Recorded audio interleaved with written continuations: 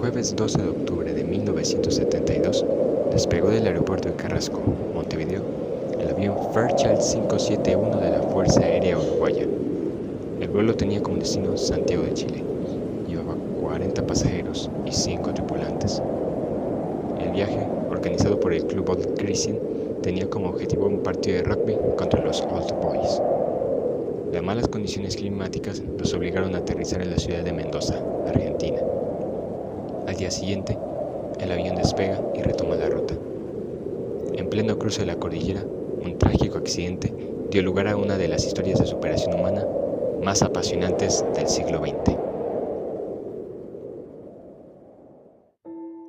La Sociedad de Nieve es un libro que nos habla sobre la vida, en un lugar donde no hay espacio para la vida.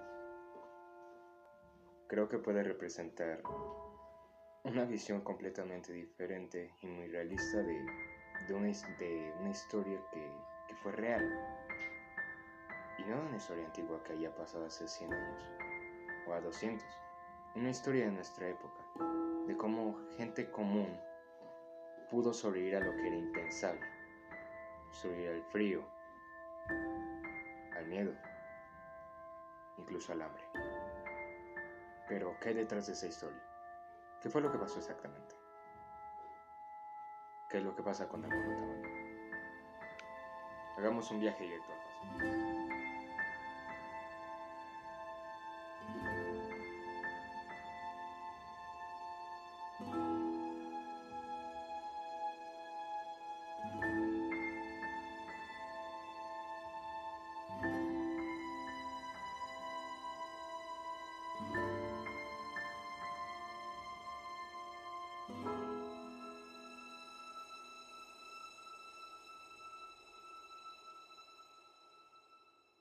Corremos en Montevideo, Uruguay, 1972. El jueves 12 de octubre de ese año, el avión Fairchild 571 de la Fuerza Aérea Uruguaya despegó del aeropuerto de Carrasco, junto con 40 pasajeros y 5 tripulantes, entre ellos un equipo de rugby, el Old Christian. Como ya se lo podrán imaginar, y por los pasajeros, Aulo tenía como objetivo un partido de rugby en Santiago de Chile, capital chilena, para jugar contra otro equipo de rugby. Entre los pasajeros iban, además del equipo, iban amigos y familiares invitados a este vuelo, ya que también no solo era el plan no era solo el partido de rugby, era también como un viaje único, un viaje quizá, como describe Carlitos Páez, del destete de la adolescencia. O sea, la idea era conocer un país diferente, comprar ropa diferente, salir con chicos o pretender salir con chicos. Esa era un poco la idea, un viaje divertido. Cuando fue el 2 de octubre que salieron, las malas condiciones climáticas, por desgracia, obligaron a aterrizar en la ciudad de Mendoza, Argentina, debido al mal tiempo, que es anterior a la cordillera de los Andes, que es la enorme frontera que hay entre ambos países, entre Argentina y Chile. Al día siguiente retoman la ruta yendo hacia el sur en busca de un punto más bajo. Cuando empiezan a cruzar la cordillera, pasa algo que no se esperaba.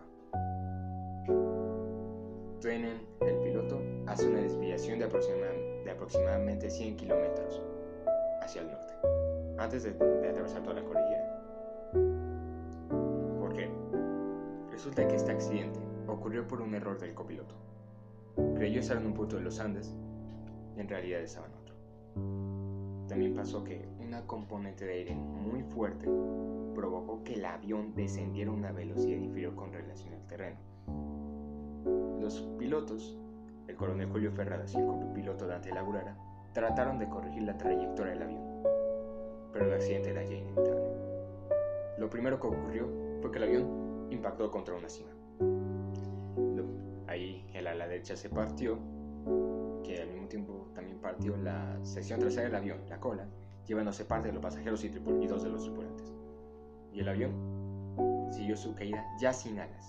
Empezó a deslizarse por la montaña a una velocidad de 200 km por hora, hacia 2 kilómetros de distancia, hasta que finalmente frenó de un golpe, porque había un banco de nieve y hielo denso que lo obligó a frenar.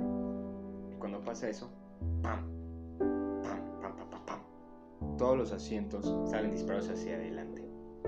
No soportaron el fuerte cambio de velocidad y salen disparados hacia adelante, aplastando a todos en el proceso, excepto a uno de ellos, que se levantó de su asiento y se agarró del portaequipajes, y cuando lo hizo, su asiento salió disparado hacia afuera. Así fue como pasó el accidente.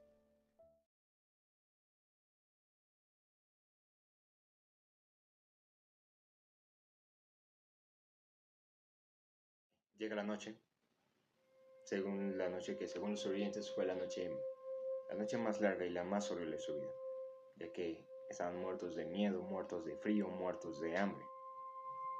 Y era una noche de 25 o 30 grados bajo cero, estaban entre la gente herida, la gente que moría, gritando auxilio, socorro entre los asientos. Pero bueno, pasaron la noche. Se ponen a analizar la situación y el capitán del equipo de rugby, Marcelo, es quien empieza a tomar las riendas de la situación y todos empiezan a trabajar unidos sin que nadie se cayera más que los demás. Ellos no tuvieron que decir jamás, vamos a hacer un equipo.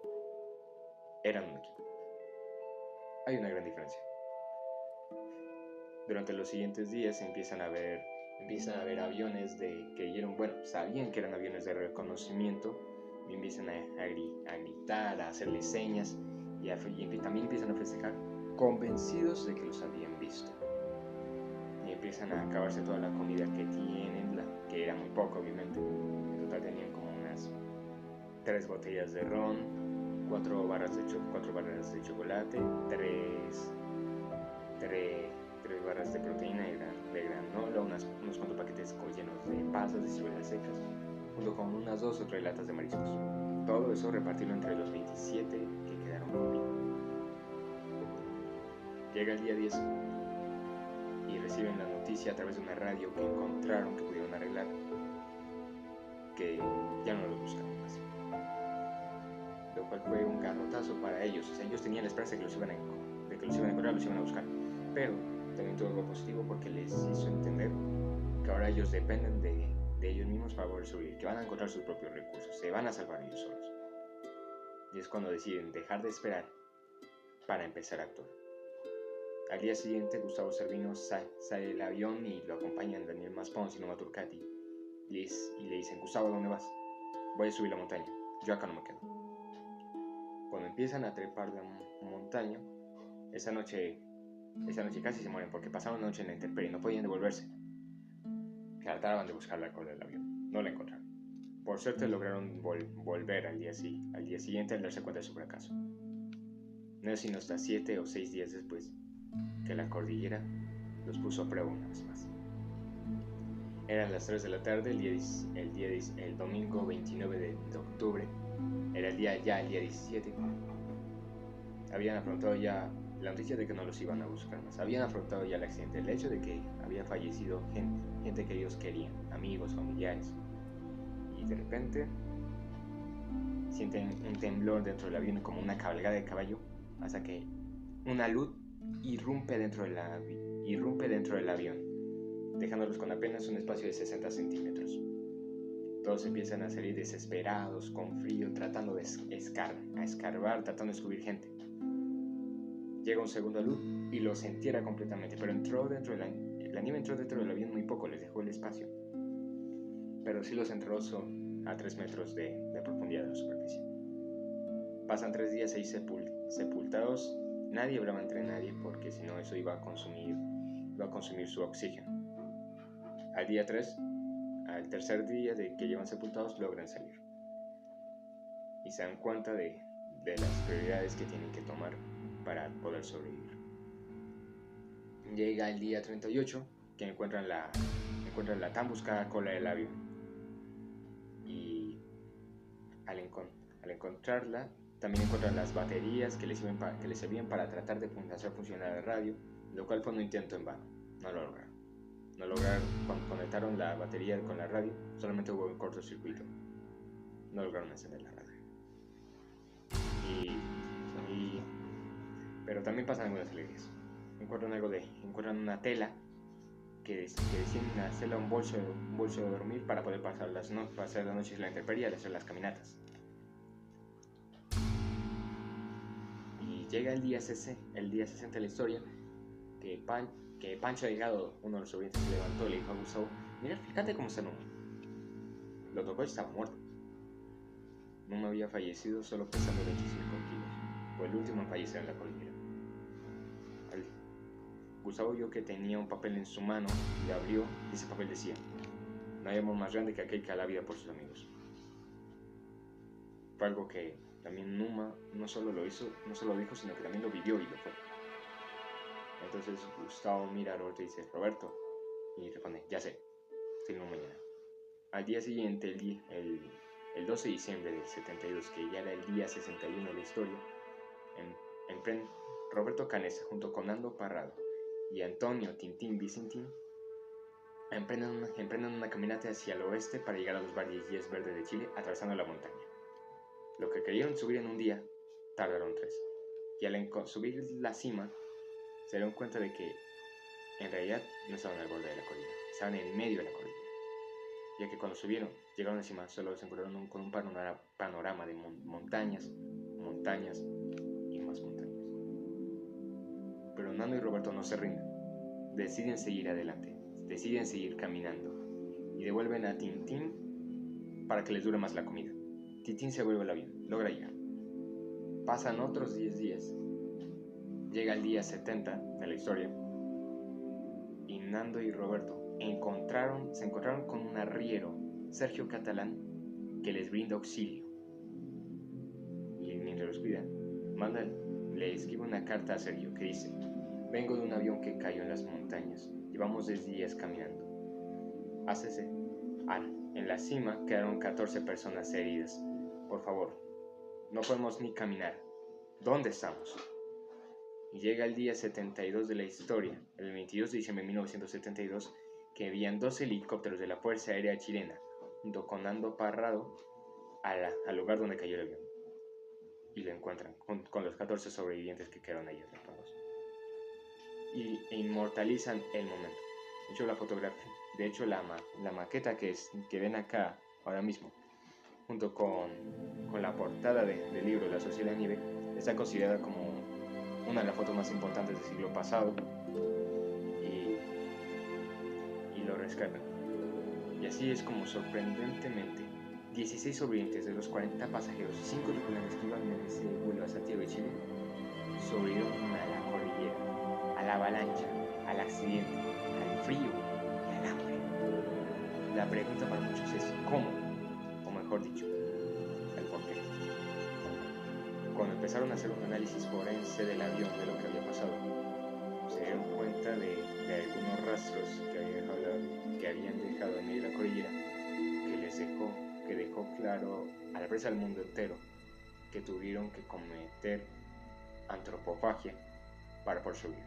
Antropofagia, ¿qué quiere decir? Que tuvieron que recurrir a alimentarse de la carne humana para subir.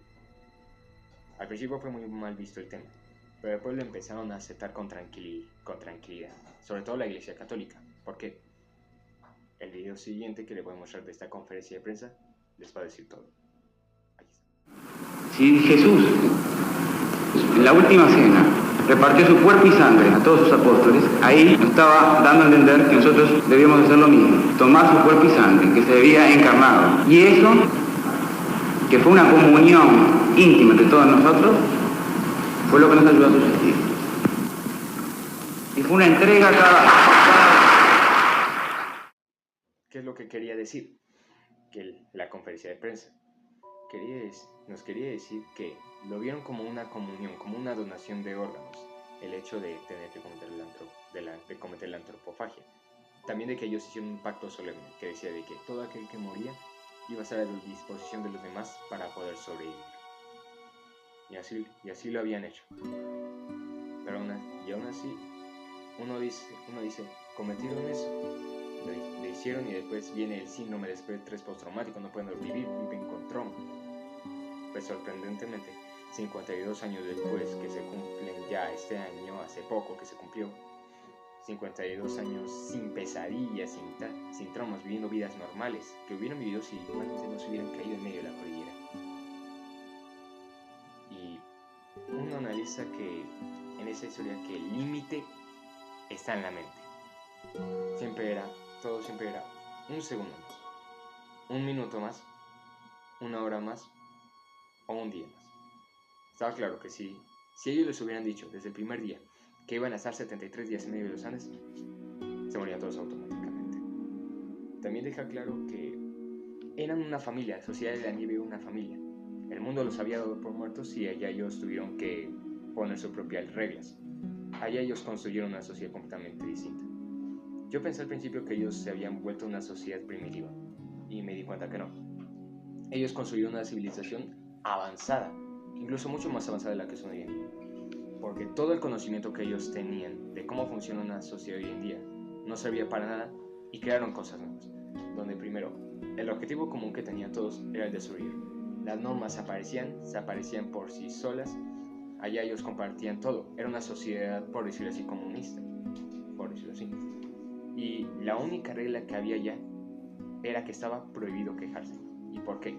Porque cuando te quejas, la mente te dice, tienes frío, tienes hambre, te vas a morir, y el cuerpo reacciona de acuerdo a lo que te dice la mente. Y ahí está, el límite está en la mente.